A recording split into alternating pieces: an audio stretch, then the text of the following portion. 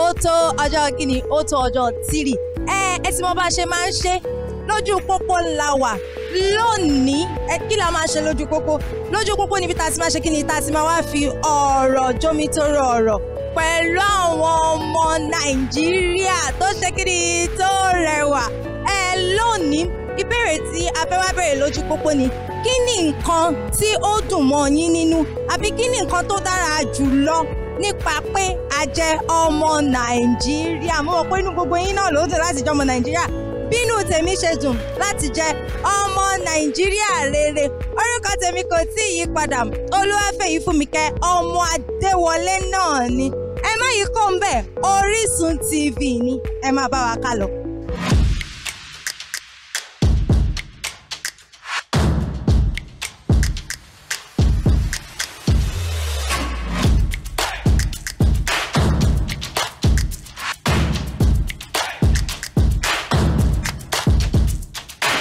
Kí ni nǹkan tó dùn mọ́ yín nínú jùlọ láti jẹ́ ọmọ Nàìjíríà? Inú mi dùn gẹ́gẹ́ bí pé mo jẹ́ ọmọ Nàìjíríà. Inú mi dùn pé mo jẹ́ ọmọ Nàìjíríà.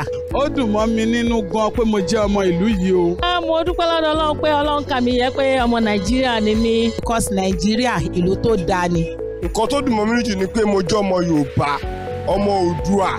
Orílẹ̀ iná dẹ̀ la wà tí àṣìṣe ń gbé ṣe ohun tí ìwọ̀n rere tọ́lọ́run yọ̀ǹda fún wa láti ṣe. Kò sí o. Kò sí rárá. Kò sí rárá.